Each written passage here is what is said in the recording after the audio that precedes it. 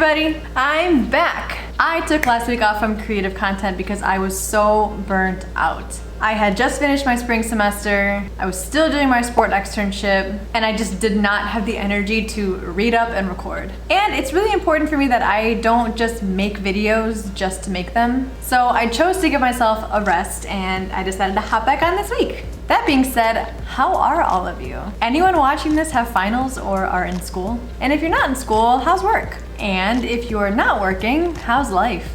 Is anybody else out there burnt out, or is it just me? Today, I want to talk about aloneness and why I think it's so important for people to be comfortable with it. I got an entirely new perspective on being alone during quarantine because I wasn't able to physically see people, but it even happened on video calls and that feeling of just being alone once the video call is over. I've also unfortunately seen a lot of relationships and friendships fall apart within the last year and a half. And I've noticed that a lot of people are hurting even more because of this fear of being alone forever. So if you are interested in discussing this topic, keep watching.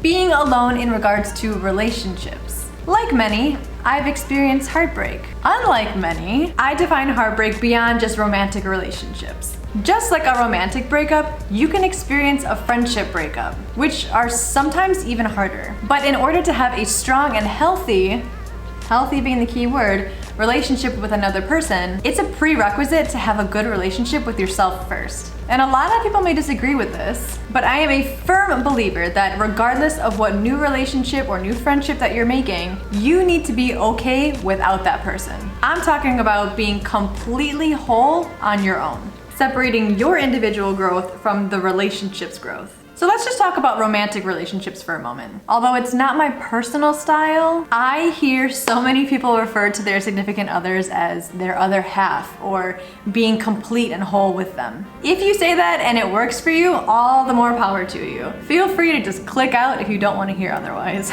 If you aren't sure about it, keep watching because maybe you'll get a new perspective on it. I don't believe that any of us should be going into relationships or even friendships with this belief that that person is going to fill a gap in our life and make us whole. It's almost like we're not holding ourselves accountable for our own growth. Or there's that very dangerous path of getting into a relationship to help with self-esteem issues or other identity issues. And I'm gonna say it, no one is responsible for your mental, physical, spiritual, or emotional needs but you. By saying that someone else completes you or that you're nothing without them, you're projecting these unrealistic expectations onto them. And I read a quote, "The only person responsible for your quest to wholeness is yourself." I cannot stress enough how important it is to work on yourself first, especially if you want relationships to be successful.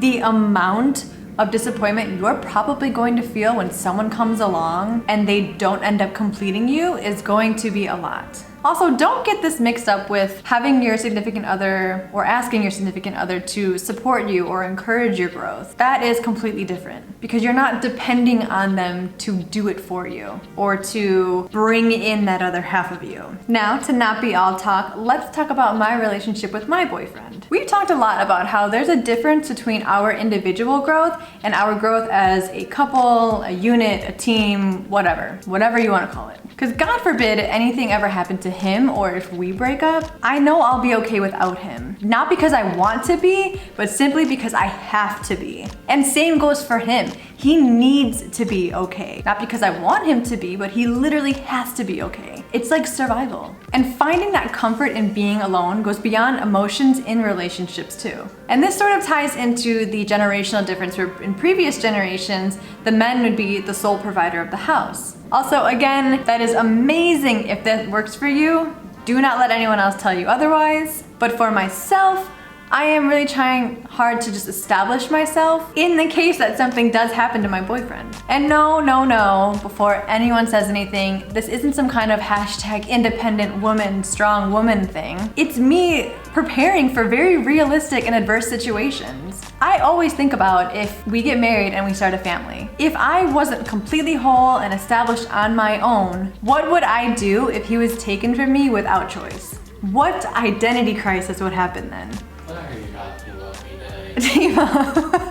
And how would that affect my children? And I know I'm getting like so so deep into it. But some people honestly may be that far ahead in their life, because I'm not. It could relate. It could. If he actually completed me, or if I had that mindset of me not being whole without him, I'm gonna then be stuck trying to fill that gap. And that just goes into a whole different conversation of like what I'm gonna be looking for and how I'm gonna do that and how that's gonna affect me. And with that process comes a lot of pain and healing. So again, it's just almost a weird way of preparing myself for the worst possible situation. So there's a very big difference between being alone and being lonely. Literally a psychological and physical difference. Being alone is physically not being with another individual. Being lonely is the mental distress that we experience when there's nobody to connect with. So, by a show of hands, how many of you either know somebody or are somebody that would rather be unhappy in an unhealthy relationship because it's better than being alone? Be real. Finding somebody that completes you should not be the end goal of your personal life. It is so much healthier to be single and happy than in a poor quality relationship. So if you are in that situation, just do yourself a favor and get out. Again, so much easier said than done, I understand. But it will be so much easier on your life if you are able to get out. Just because you have somebody in your life does not mean that it's real love. Just because you have somebody in your life does not mean that you're doing it right. You're just hurting yourself if you continue to convince yourself that your relationship is something that it isn't. And what a lot of people don't understand is that in the process of learning to be comfortable with being alone, we start to explore our own independence. And through that exploration comes the discovery of getting validation from ourselves. Think about all of the bad relationships that we've been in, where the red flags that we see in other people are characteristics that we can't help them with. Literally, those red flags are things that they can only change themselves, which I guess makes me think of like red flags that I have too.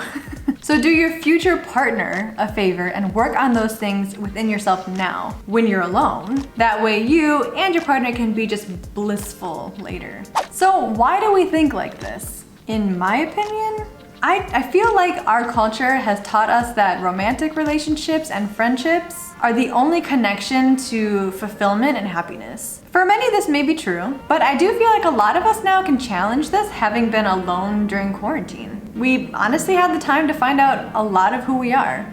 A lot of who we are? We had the time to figure out who we are.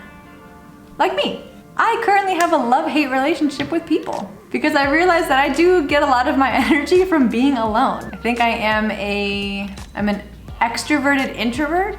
Is that what it is? I like talking to people, but I definitely get my energy from just my alone time. We're conditioned to believe that finding the one is the ultimate goal. And with that comes this idea that being alone or being happy with just ourselves is bad. And we love a good stigma. There's a big stigma around solitude or being alone. A lot of people feel the pressure to be in a romantic relationship and honestly have started a family by a certain age. On the other hand, a lot of people also... I'm just kidding. Do you have to take it? On the other hand, people also feel the pressure to have a lot of friends or a lot of people around them. So let's try to break that stigma by finding the best company within ourselves first. So yeah, that's today's video. A final quote that I will leave you with: self-love, self-respect, self-worth. There's a reason they all start with self. You can't find them in anyone else. I totally acknowledge that not all people and not all relationships are created equally. So if none of this pertains to you, so be it. No issues there. But if you are open to this way of thinking or are interested in this, I would love to hear your thoughts. Let me know. Feel free to subscribe. If not, feel free to follow me on Instagram. My handle is intricate. Otherwise, I'll see you at the next one. Thank you. Bye.